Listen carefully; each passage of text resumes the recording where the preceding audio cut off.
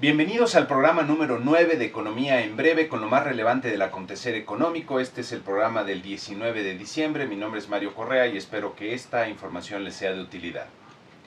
La frase de la semana corresponde a la presidenta de la Reserva Federal, la señora Janet Yellen, que decía que el panorama para la economía y los mercados financieros nunca es seguro y en esta ocasión tampoco es la excepción.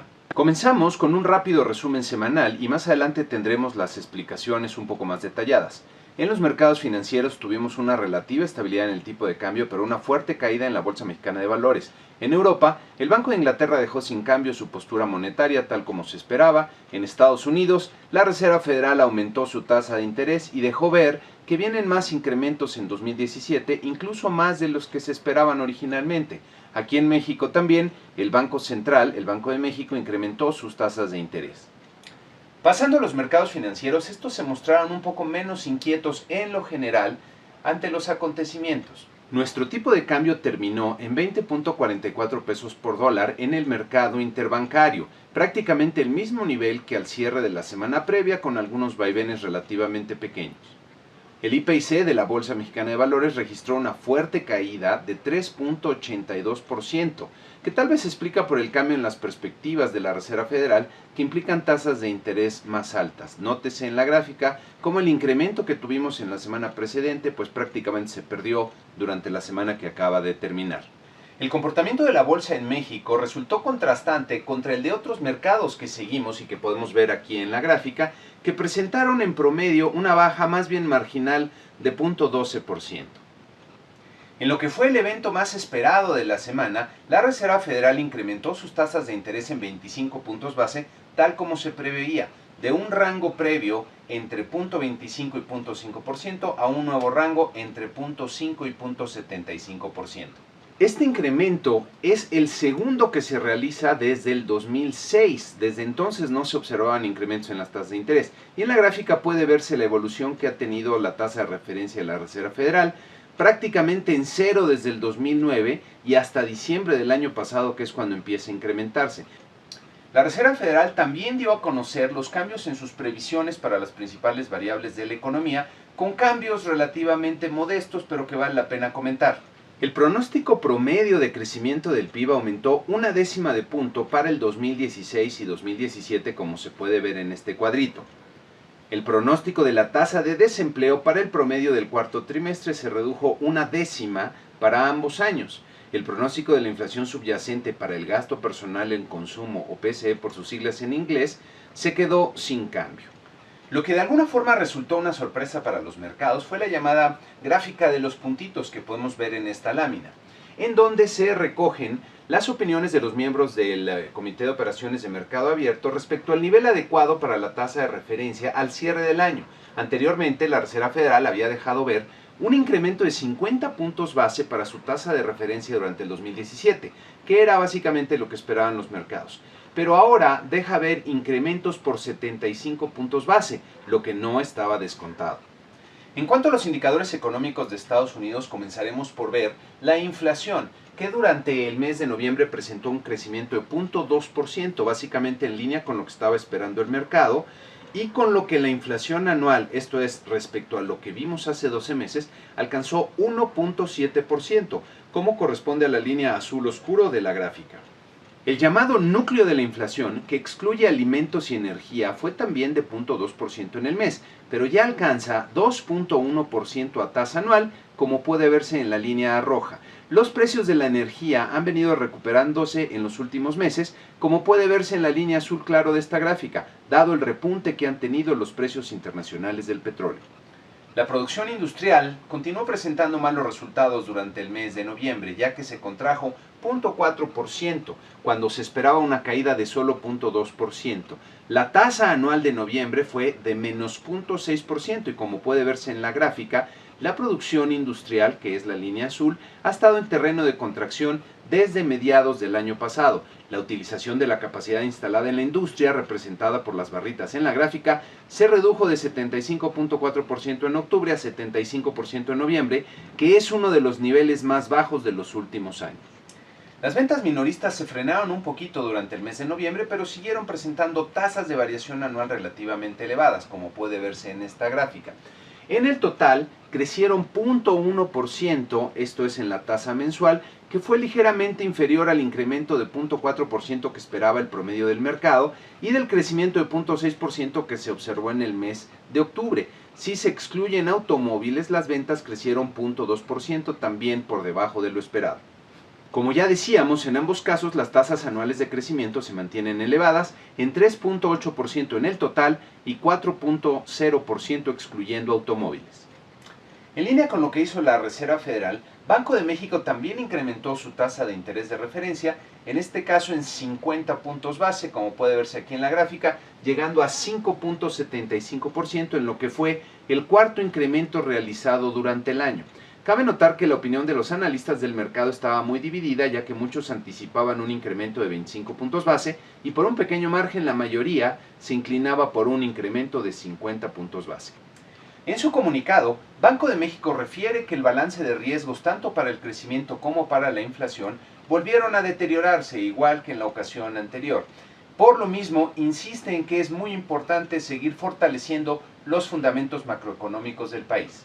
También advierten que en los próximos meses se sentirán sobre la inflación los impactos del incremento en los salarios mínimos y la liberalización gradual en los precios de las gasolinas. Vale la pena echar un vistazo a la evolución que ha tenido la política monetaria en un horizonte un poco más largo de tiempo, porque los niveles que han alcanzado las tasas de interés no se veían desde el 2009 y para eso tenemos esta gráfica. Aquí puede verse tanto la evolución de la tasa nominal en la línea azul oscura como de la inflación, que es la línea azul claro. Si descontamos la inflación de la tasa nominal, nos queda la tasa real, que es el premio en términos de poder adquisitivo. Hay varias cosas interesantes que pueden verse de esta gráfica. Para empezar, la inflación ha estado la mayor parte del tiempo por arriba del objetivo del 3%, salvo en el año pasado y el actual, cuando estuvo ayudada por efectos importantes que no se repetirán, como la eliminación de las tarifas de larga distancia. En segundo lugar, la tasa de interés real ha estado en terreno negativo o muy cerca de cero la mayor parte de los últimos 3 años y solo recientemente ha comenzado a subir lo suficiente como para alcanzar niveles positivos. Miren, tener una tasa de interés real positiva es lo normal que debe ocurrir en una economía, ya que se está premiando al ahorro por posponer al consumo y por canalizar esos recursos al sistema financiero del país. Lo que estamos observando con la política monetaria podría caracterizarse como el regreso a condiciones más normales, más usuales para la economía. Respecto al futuro, Banco de México señala que se mantendrá muy atento a los determinantes de la inflación y de sus expectativas y también a la postura monetaria relativa con Estados Unidos, dado que se espera que la Reserva Federal continúe incrementando sus tasas de interés al menos en 75 puntos base el año que viene y que empezaremos a ver algún repunte en la inflación durante los próximos meses, es también previsible que Banco de México continúe incrementando sus tasas de interés a lo largo del 2017, terminando en niveles cercanos al 7%. La producción industrial presentó nuevamente malos resultados durante el mes de octubre, aunque hay contrastes muy marcados, como puede verse en esta gráfica. En el total, la producción industrial se contrajo 1.4% real anual, observándose caídas entre sus principales componentes de 9% en la minería, 0.6% en las manufacturas, mientras que la construcción creció en el total de la construcción 2.5% y la generación de electricidad, gas y agua lo hizo en 1.8%. En este mes también se observaron fuertes contracciones en derivados de petróleo y carbón, cayeron 22.9%, construcción de obra pesada e ingeniería civil, menos 15.3%, extracción de petróleo y gas, menos 9.3% y prendas de vestir, menos 8.6%.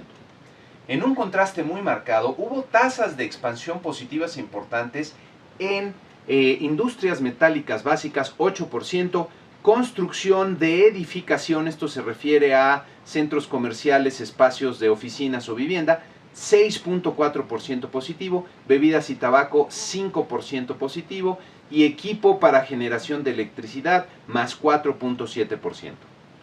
Por otro lado, los datos del empleo continuaron siendo bastante positivos, como puede verse en esta gráfica. El número total de trabajadores asegurados en el IMSS aumentó en 137.9 mil plazas en octubre, llegando a un total de 18.935 millones de personas, lo que representa 748,000 empleos generados en los últimos 12 meses.